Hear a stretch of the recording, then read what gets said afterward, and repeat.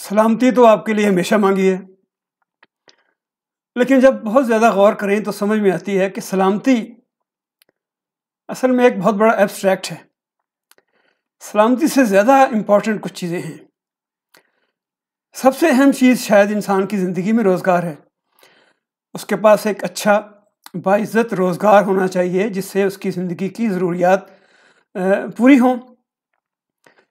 फिर सेहत है, बच्चों के लिए तालीम है, उनके लिए उनका महफूज मुस्तकबिल है, आपके लिए एक साफ़ सुथरा माहौल है, आपके लिए आज़ादी बहुत ज़रूरी है कि आज़ादी के साथ आप अपनी ज़िंदगी गुजार सकें अपनी मर्ज़ी से। अगरचे ठीक है उसके अंदर कुछ असूल और कुछ उसके अंदर कुछ पाबंदियाँ, वो आज़ादी का कॉन्सेप्ट जो भी है जिसके अंदर फिर बहुत से तफ़सीलात आ जाती हैं उसकी, लेकिन यह है कि आज़ादी इंसान का बुनियादी हक़ है। ये सब चीज़ें जब कंबाइन होती हैं, एक अच्छी ज़िंदगी इसके अंदर रोज़गार है, सेहत है, तालीम है, महफूज मुस्तकबिल है और सलामती भी है, तो उन सब का जो हासिल है वो उसको कहना चाहिए वो खुशी है। इंसान खुशी तलाश करता है। आपकी सारी जद्दोजहद और आपकी सारी ज़िंदगी का फोकस और महवर असल में खुशी की तलाश होती है। यहाँ तक कि अमेरिका के आइन में ये लिखा हुआ है कि खुशी की तलाश, परसूट ऑफ हैप्पीनेस इंसान का एक बुनियादी हक़ है। हमारे यहाँ शायद ये नहीं है आइन के अंदर लिखा हुआ, हमारे बहरहाल बुनियादी हुकूक लिखे हुए हैं, लेकिन दुनिया के बेशुमार ममालिक हैं, बहुत से ममालिक हैं जहाँ पे खुशी की तलाश इंसान का बुनियादी हक़ है। हम जिस समाज में, जिस मुआशरे में जहाँ पे हम रहते हैं, बदकिस्मती से हमारी प्रायोरिटीज़ और हमारी तरजीहात हमेशा कुछ अजीब व गरीब रही हैं जिनका कोई ताल्लुक़ हमारी रोज़मर्रा ज़िंदगी से नहीं है। शायद ये तरजीहात हम रखी गई हैं या रखवाई गई हैं, या इस तरह से एक माहौल बनाया गया, या इस तरह से एक तरबियत और इस तरह से एक तालीम और एक तालीम का पूरा निसाब और उसको इस तरह से तरतीब दिया गया पिछले डेकेड्स में कि हमारी तरजीहात बहुत अजीब व गरीब हो गई हैं। उनके ऊपर ज़्यादा बात नहीं की जा सकती, लेकिन वो तरजीहात वो हैं जो आम इंसानों की तरजीहात शायद नहीं है।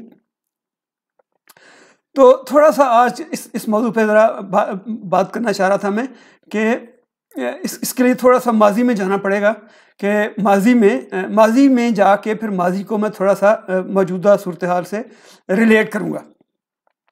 तो बात ये शुरू होती है कि जब हमने मतलब एमए किया और एमए करने के बाद यूनिवर्सिटी से घर आ गए, अगरचे एक बड़ा मुश्किल और बड़ा तकलीफ़देह काम था यूनिवर्सिटी के माहौल को छोड़ना, वहाँ दोस्तों की गप्पें, वहाँ की फुर्सत फरागत, वहाँ की आज़ादी, वहाँ का सारा कुछ यूनिवर्सिटी को छोड़ के, चूँकि आपका तालीमी वक्त पूरा हो गया, इम्तहान हो गया, तो आप घर वापस आ गए। तो अब मतलब दो किस्म की प्रेशर्स या टेंशन उस वक्त थी, मतलब जो मैं समझता हूँ कि एक तो इब्तदाई तौर पर यूनिवर्सिटी को छोड़ने का एक दुख जो था, वो भी एक डिप्रेशन थी अपनी जगह पे। चूँकि मैं तो हॉस्टल में रहता था, तो हॉस्टल की लाइफ थी और यूनिवर्सिटी की लाइफ थी और दोस्त थे और वो सारी सरगर्मियाँ और वो सारा कुछ। और दूसरा अब फौरी तौर पे जो अहम तरीन मसला था कि आपने एमए तो इम्तहान तो दे दिया, रिज़ल्ट भी ज़ाहिर आ जाएगा, रोज़गार की तलाश। इसलिए कि आपके वालिदैन ने आपके ऊपर जो भी उन्होंने बेचारों ने जितनी उनकी औकात थी, जितनी उनकी तौफीक थी, उसके मुताबिक उन्होंने आपको तालीम दिलवाई, बेहतरीन किस्म की, आपके अखराजात पूरे किए। फिर आपका घर है, आपकी जिम्मेदारियां हैं, अब आपके बहन भाई हैं छोटे, उन सब की तालीम भी है आपके ऊपर। मतलब मैं तो सबसे बड़ा था, इसलिए मेरे ऊपर तो सारी की सारी जिम्मेदारियां मैं महसूस करता था। चुनाचे इस हवाले से भी एक मतलब प्रेशर था कि अब यार नौकरी भी तलाश करनी है। बल्कि ये हुआ कि जिस रात को हम वापस आए, शाम को मैं वापस आया मतलब यूनिवर्सिटी से अपना सामान समेट के और वहाँ से खुदा हाफिज़ कह के दोस्तों को, तो अगले दिन सुबह जैसे उस ज़माने में मोहल्ले में घर जो होते थे, बैठक एक होती थी, तो बैठक में मैं बैठा हुआ था और दरवाज़ा खुला हुआ था, रेडियो सुन रहा था। तो वहाँ से मोहल्ले के एक बुज़ुर्ग का गुज़र हुआ, तो उन्होंने मुझे देखा, मुझे देख के कहने लगे, वेला बैठे हैं हाले तक, कोई नौकरी शौकरी नहीं लगी। यानी ये थी द लेवल ऑफ प्रेशर कि अभी आप पहले दिन आए हैं और मतलब एक्सपेक्टेशन आपके घर वाली की तो जो हैं सो हैं, लेकिन आपके गली मोहल्ले के लोग भी आपके बारे में जो मतलब तवक्कुआत रखते हैं, उनका ये लेवल था। और उस लेवल की मौजूदगी में जो आपके ऊपर प्रेशर होता है, उसको आप ज़रा फील करें थोड़ा सा, तो आपको समझ आती है। बहरहाल अब कुछ दिन ये शुगल रहा कि अभी तक तो हालांकि अगर रिजल्ट नहीं आया था, लेकिन ये है कि साहिवाल शहर जाते थे, मतलब बाद दफ़ा पैदल या साइकिल पे या तांगे पे बैठ के 2-3 मील दूर वहाँ पे एक न्यूज़ एजेंसी थी, तो वहाँ मतलब अखबार डेली ख़रीदना यार उसके ऊपर भी खर्चा है। तो पाकिस्तान टाइम्स आता था वहाँ पे अंग्रेज़ी अखबार, तो उससे न्यूज़ एजेंसी वाले से आस्ता आस्ता दोस्ती बनाई। सिर्फ वहीं पे खड़े खड़े एक नज़र डाल के जो नौकरी की तलाश वाले इश्तहार होते थे वो पढ़ते थे, अगर कोई नज़र आए कि नौकरी की तरह जिसको कहते वांटेड वाले जो एडवर्टीजमेंट थी उसको देखते थे। तो उन्हीं दिनों एक इश्तहार नज़र से गुजरा, वो था PAF बेस कॉलेज सरगोदा का। तो उसमें उन्होंने ये लिखा हुआ था कि अगर आपने MA का इम्तहान दिया हुआ है और आप अपने हेड ऑफ़ द डिपार्टमेंट से या अपने स्कूल कॉलेज के प्रिंसिपल से ये लिखवा के ले आए हैं कि आपका इम्तहान पास कर लेने का कभी इम्कान है अच्छे नंबरों में, तो आप भी उस इंटरव्यू देने के लिए अहल हैं। तो जनाब वो हमने फौरी तौर पे अप्लाई कर दिया। वो मैं पहले ही एहतियातन लिखवा के लाया हुआ था अपने हेड ऑफ़ द डिपार्टमेंट से, ख्वाजा इम्तियाज़ से, कि ये जो तहरीर जो उन्होंने कहा था इस किस्म की वो तहरीर, तो अप्लाई किया। कुछ दिनों के बाद अब दूसरी इम्पॉर्टेंट शख्स जो उस वक्त हमारी ज़िंदगी में, एक तो मतलब सबसे इम्पॉर्टेंट जो शख्सियत थी वो ये न्यूज़ एजेंसी वाला था, क्योंकि मुफ्त में जाके अखबार पढ़ना होता था। दूसरा सबसे इम्पॉर्टेंट जो उस वक्त मेरी ज़िंदगी में शख्स था वो पोस्टमैन था, कि चूँकि उसने अगर कोई आपका कॉल लेटर आए या कोई डाक आए तो वो कहीं मिस ना हो जाए। चुनांचे जो पोस्टमैन था उसके साथ बहुत अच्छे ताल्लुकात हमने रखे हुए थे, वक्तन फ़क्तन उसको मिलना, चाचा अस्सलाम कहना, उसको कभी चाय भी पिलाना, वो सारी चीज़ें। तो एक दिन कॉल लेटर आ गया PAF बेस कॉलेज सरगोदा से। तो हम जनाब खैर वो इंटरव्यू देने के लिए चले गए। वो एक अलहदा एक रुदात है सफ़र की, वो शायद किसी और वक्त हम सुना दें, क्योंकि वो भी बड़ा दिलचस्प सफ़र था। साहिवाल से सरगोदा सफ़र उस वक्त ना तो मोटरवे था और ना ही कोई इस किस्म की ट्रांसपोर्ट। बसें भी मतलब है कि बहुत ज़्यादा कंफर्टेबल और आरामदेह बसें नहीं थी, और सफ़र लंबा था, वक्त ज़्यादा लगता था। रात को गए और कहीं जाके पहुँचे। बहरहाल वो इंटरव्यू के लिए जब हम गए तो उन्होंने वहाँ मौके पे जब इंटरव्यू के लिए मुझे बुलाया, बाकी भी कोई 8-10 लोग थे। तो मास्टर की पोस्ट थी, उसको उन्होंने मास्टर कहा, चूँकि वो PAF का बेस कॉलेज वालों का अपना एक तरीक़ेकार था, अपना उनका नोमेनक्लेचर कि चीज़ों का क्या नाम रखना है क्या नहीं था, उस हिसाब से। तो इंटरव्यू के लिए गए तो उन्होंने सलाम दुआ और नाम शाम पूछने के बाद तो उसने कहा, अच्छा भाई आपने ऐसे लिखना, आपने बताना है क्लास को कि ऐसे कैसे लिखता है। तो मैंने, और 5 मिनट में बताना है। तो मैंने बात ये, हम तो इंग्लिश लिटरेचर पढ़ के आए थे, शेक्सपियर और वर्ड्सवर्थ और फ्रांडम का। अब ये ऐसे पढ़ाना, मतलब ये तो बेसिकली बात ये है कि ये B.Ed के जिन्होंने कोर्स किया उनके लिए होता है। तो बहरहाल मैं जो भी मतलब हमने पढ़ा था कि जी ऐसे जो है वो एक किसी सब्जेक्ट के ऊपर आपके जो ख्यालात हैं उनको मुज्तमा करके लिखने का नाम है। ये कोई रिसर्च पेपर नहीं है, ना ये कोई अफसाना है, उनके दरमियान की एक चीज़ है। तो मैंने उनको बताया तो वो सारी बात 1-2 मिनट में ख़त्म हो गई। तो उन्होंने कहा कि ये तो आप 2 मिनट में ख़त्म कर दिया आपने तो 5 मिनट में लिए, तो क्लास को आप कैसे समझाएंगे? तो मैंने कहा कि सर बात ये है कि या तो आप सामने कोई स्टूडेंट बिठाते हैं और उनके सामने आप कहते हैं कि जी डेमो दो 5 मिनट का, कैसे ऐसे लिखना है, तो शायद कोई स्टूडेंट क्वेश्चन कर देता है, कोई बंदा एक डिफरेंट मोड में होता है ना, आप जब आप पढ़ा रहे होते क्लास को, आप इंटरव्यू दे रहे हैं तो उसमें एक दूसरा लेवल है। तो अच्छा चलो ठीक है, उन्होंने कहा अच्छा ठीक है। अगला क्वेश्चन उन्होंने किया कि what is your aim in life. अब ये बड़ा ही मेरे लिए अनयूजुअल सा क्वेश्चन था कि what is your aim in life.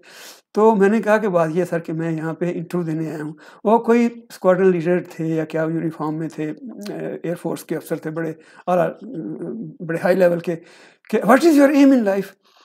तो अब बात ये है कि अब MA करने के बाद आप मतलब आए हैं एक नौकरी की तलाश में, तो उस वक्त आप ये क्वेश्चन किया गया, थोड़ा सा मेरे लिए मैं एम्बेरस हुआ, लेकिन मैंने उनको ये कहा सर बात ये है कि अभी तो मैं यहाँ पे इंटरव्यू देने आया हूँ और ये जॉब मुझे पता चला है कि खाली है, हमारा रिज़ल्ट आने वाला है, अगर ये जॉब मुझे मिलेगा तो मतलब है कि एम तो यही है कि I shall try to satisfy my employer to the best of my abilities. तो यही एम बनता है। तो उसने कहा and what about the creator. अब ये ज़्यादा मेरे लिए परेशानी की बात थी कि क्रिएटर से उसकी क्या मुराद है। मैंने ये समझा कि क्रिएटर से मुराद है कि इंसान के अंदर एक तख्लीक़ भी होता है। आपने शायद ज़माने तालिब इल्म में कोई पोइट्री की होगी, कोई अपना और इस किस्म के आर्ट या उसमें वो काफ़ी सरगर्मी हमने की थी। बहरहाल तो मैंने अब कन्फ्यूजन का सर बात यह है कि once you start your job the creator dies. तो वो बड़ी हैरानी से मुझे कहते the creator dies, how does it happen. अब उनकी जो बाद में मुझे समझ आई, उसकी मुराद थी क्रिएटर से मुराद खालिक, अल्लाह मियाँ। वो अब इस सवाल का जवाब मेरा मतलब है कि इसका कोई ताल्लुक बनता है आपके जॉब से जिसके लिए आपने इंटरव्यू किया है, वो मतलब creator, what about the creator. ये एक एम्बैरेसिंग क्वेश्चन था और ऑनेस्टली मैं इसका उनको सेटिस्फैक्ट्री जवाब नहीं दे सका और कॉन्सिक्वेंटली वो जवाब मुझे नहीं मिली। इसके बाद और 2-3 जगह पे इंटरव्यू दिए जो कि बड़े नॉर्मल किस्म के इंटरव्यू थे, कोई ख़ास चीज़ नहीं थी। एक इंटरव्यू देने में गया लाहौर में, वो पॉलीटेक्निक इंस्टीट्यूट्स जो डिफरेंट उस ज़माने में होते थे पूरे पंजाब में और शायद बाकी सूबों में भी होंगे, तो उनके लिए कुछ असामियाँ थी। वहाँ भी मीनवाइल रिज़ल्ट भी आ गया था। गर्मियों का महीना था, जुलाई, बड़ी शदीद गर्मी थी और जब इंटरव्यू देने के लिए हम बड़ा ढूंढ के वो जगह लाहौर में, मतलब मुझे अब तो एड्रेस भी याद नहीं है, उस वक्त पता नहीं कितनी मुश्किल से ढूंढा, तो इंटरव्यू देने के लिए गया। अब गर्मी थी, मैंने ना ये कफ अपने जो थे वो फोल्ड किए हुए थे शर्ट के, वाइट शर्ट थी, नीचे को पैंट थी किसी कलर की।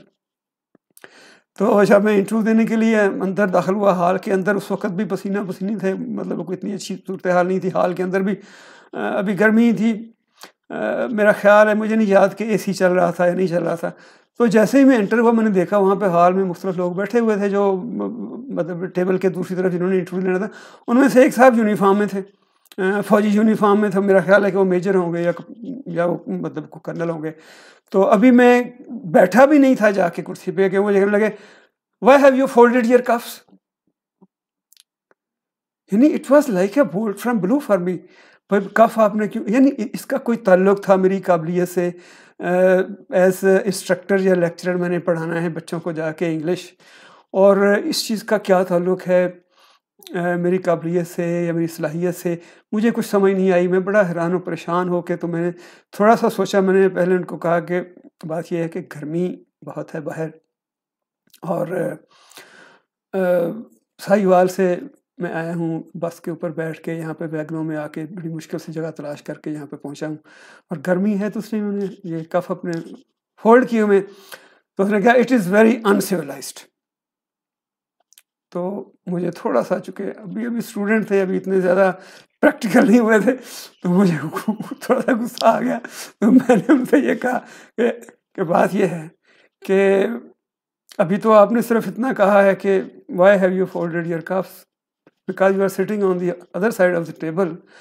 Maybe you could have asked me why haven't, if I was not folding my cuffs, you could have asked me why haven't you folded your cuffs.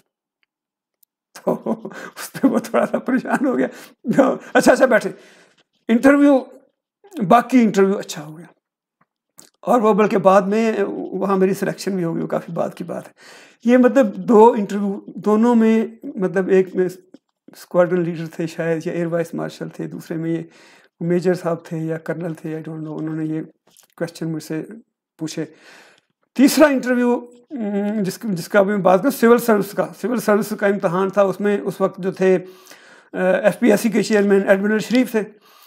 तो return का result आ गया, फिर साइकोलॉजिस्ट के साथ test हो गया, फिर उस किस्म के सवाल जवाब वो सारा कुछ हो गया। फिर फाइनल इंटरव्यू के लिए जब मैं गया तो वहाँ एडमिरल शरीफ थे, वो इंटरव्यू ले रहे थे। वो क्या सुना था कि उनको जोग्राफिया से दिलचस्पी है और उनको बाकी उनको रिलीजन से दिलचस्पी है, इसके अलावा उनको कोई ज़्यादा क्वेश्चन नहीं करते। तो सबसे पहले उन्होंने मुझसे पूछा, अच्छा जी आप, अच्छा वो भी यही जुलाई का महीना था और रमज़ान भी था। तो मैं जाके बैठा तो सलाम दुआ के बाद पूछने लगे आर यू फास्टिंग। मैंने कहा नो सर, मैं तो मतलब साहिवाल से आया हूँ, बस से आया हूँ और मैंने तो रोज़ा नहीं रखा, रोज़े की तो गुंजाइश होती है, सफ़र में तो गुंजाइश होती है। तो उन्होंने ज़रा बुरा सा मुंह बनाया और फिर उन्होंने मुझे कहा कि दुआए कनूत सुनाए। तो मुझे तो दुआए कनूत नहीं आती, तो मैंने कहा जी दुआए कनूत मुझे नहीं आती। तो उन्होंने कहा अच्छा जी नमाज जनाजा सुनाए, कैसे पढ़ाते हैं। तो मैंने कहा जनाजा तो हम पढ़ते रहते हैं जाके, उसमें तो रूटीन की चीज़ है, ये चीज़ें होती हैं उसमें, मतलब। तो उन्होंने कहा नहीं, एक नमाज जनाजा की एक दुआ भी होती है ख़ास, वो आपको नहीं चाहिए। मैंने कहा सर वो तो मुझे इत्तेफाक से नहीं आती। अच्छा अब ये होगी। इसके बाद उन्होंने एक और साहब को इशारा किया जो उनके साथ बैठे हुए थे, वो भी मतलब है कि थोड़ा सा याद है कि मेमन साहब थे। तो उन्होंने मुझसे क्वेश्चन किया कि अच्छा जी आप क्या करते हैं? तो मैंने कहा जी मैं लिटरेचर पढ़ाता हूँ बच्चों को, इंग्लिश पढ़ाता हूँ बच्चों को। तो उन्होंने कहा यार ये लिटरेचर क्या होता है, किससे कहानियाँ होती हैं, फजूल बातें होती हैं। तो मैं बड़ा दिल में खुश हुआ कि अब मुझे बात करने का शायद मौका मिल जाएगा कि मैंने कहा कि सर लिटरेचर किससे कहानियाँ नहीं होती, लिटरेचर एक लाइफ की रिफ्लेक्शन होती है। उसके ऊपर तो मैं बहुत सी बात करने को तैयार था और करना चाहता था, चूँकि लिटरेचर मेरा सब्जेक्ट था, लेकिन उन्होंने मुझे रोक दिया। उन्होंने कहा अच्छा आप ये बताएं कि 5वां अब्बासी खलीफा कौन था? तो अब मैंने तो इस्लामिक हिस्ट्री पढ़ी भी नहीं थी। मैंने कहा सर 5वां अब्बासी खलीफा मुझे नहीं पता कौन था। तो उन्होंने अगला क्वेश्चन किया 5वें अब्बासी खलीफे के रोमियो के साथ कैसे ताल्लुकात थे? मैंने कहा सर मुझे पता ही नहीं वो कौन थे, तो मैं आपको ताल्लुकात कैसे बता सकता हूँ। फिर इसके बाद अब एडमिरल शरीफ साहब ने फिर लिया अपना, तो वो जो पीछे पहले जो साइकाट्रिस्ट के साथ इंटरव्यू और ये बहुत मुख्तलिफ किस्म के जो मराहल होते हैं, उनके दौरान एक मरहले पे आपसे आपकी फेवरेट बुक पूछते हैं। तो उन्होंने फेवरेट बुक कहीं भी मैंने लिखवाई हुई थी कोई उस ज़माने में, चूँकि हमें थोड़ा इनकलाब वगैरह का भी शौक़ था, तो एक बुक मैंने लिखवाई थी। उस वक्त डॉक्टर मुबशर हसन की बुक थी शाहराए इनकलाब, वो नौजवानों में बड़ी पॉपुलर थी, वो पढ़ते थे। तो उन्होंने कहा ये आपने बुक लिखी है शाहराए इनकलाब, तो क्या है इसमें, क्यों आपको ये पसंद आई? और दुनिया में किताबें नहीं है, इस्लामी किताबें इतनी पाई जाती हैं, आपने शाहराए इनकलाब लिखी है। तो मैंने कहा सर उसमें थोड़ा सा ये है कि एक प्रोसेस है, तीसरी दुनिया के गरीब मुल्क जैसे हम हैं, पाकिस्तान है, उनका जो तरक्की याफ्ता ममालिक हैं या जो मल्टी नेशनल्स हैं, उनका वो मुख्तलिफ तरीक़ों से उनके वसाइल के ऊपर काबिज़ हो जाती हैं, उनके वसाइल को इस्तेमाल करती हैं, उनका इस्तेसाल करती हैं। उसके ऊपर ये बुक है, तो मुझे बड़ी अच्छी लगी। तो उन्होंने कहा कि और जो सोवियत यूनियन ईस्टर्न यूरोप का इस्तेसाल कर रहा है वो आपको नज़र नहीं आया? तो मैंने कहा सर बात ये है कि हमें तो अपने हवाले से चीज़ों को देखना होता है कि हमारे लिए मसाइल कौन पैदा कर रहा है, कैसे मसाइल पैदा कर रहा है। तो हमें सोवियत यूनियन और ईस्टर्न यूरोप से मेरा मतलब है क्या लेना देना। यानी ये बात ये है कि माइंड सेट उस वक्त जो था वो ये था, चूँकि उस वक्त हम अफ़गानिस्तान में मुलव्वस थे, अफ़गान वार में, और उसमें हमारे बहुत से मफादात वाबस्ता थे। इस हवाले से हर चीज़ इस्लाम के नाम पर और हर चीज़ मतलब है सोवियत यूनियन के ख़िलाफ़ और अमेरिका के शायद बात इस तरह से ना करते हों, लेकिन उन चीज़ों को सबको अब जो रिलीजन का इम्पैक्ट हर चीज़ के ऊपर वो आ रहा था उस वक्त, और वो जो दिखाना चाहते थे और जिस तरह से उसको जोड़ना चाहते थे एवरीडे लाइफ के साथ। मतलब लेक्चर के लिए आप इंटरव्यू देने आए हैं तो वहाँ आपसे दुआएं सुनी जा रही हैं, आप एडमिनिस्ट्रेशन में आपने जाना है, वहाँ आपसे इस किस्म के क्वेश्चन किए जा रहे हैं आज भी। यानी ये मैं 86 की बात कर रहा हूँ, 85 की बात कर रहा हूँ, 86 है, जुलाई 86 में इंटरव्यू, 86 की बात कर रहा हूँ। आज 1986 की, आज 2021 है, आज भी हमारे यहाँ बिल्कुल वही ट्रेंड है, वही रुझानात हैं, वही हमारी रॉन्ग प्रायोरिटीज़ हैं। हमें ये नहीं पता कि हमें क्या करना है, किस काम के लिए किस किस्म का बंदा चाहिए, उसकी क्या एक्सपर्टीज़, क्या नॉलेज होना चाहिए।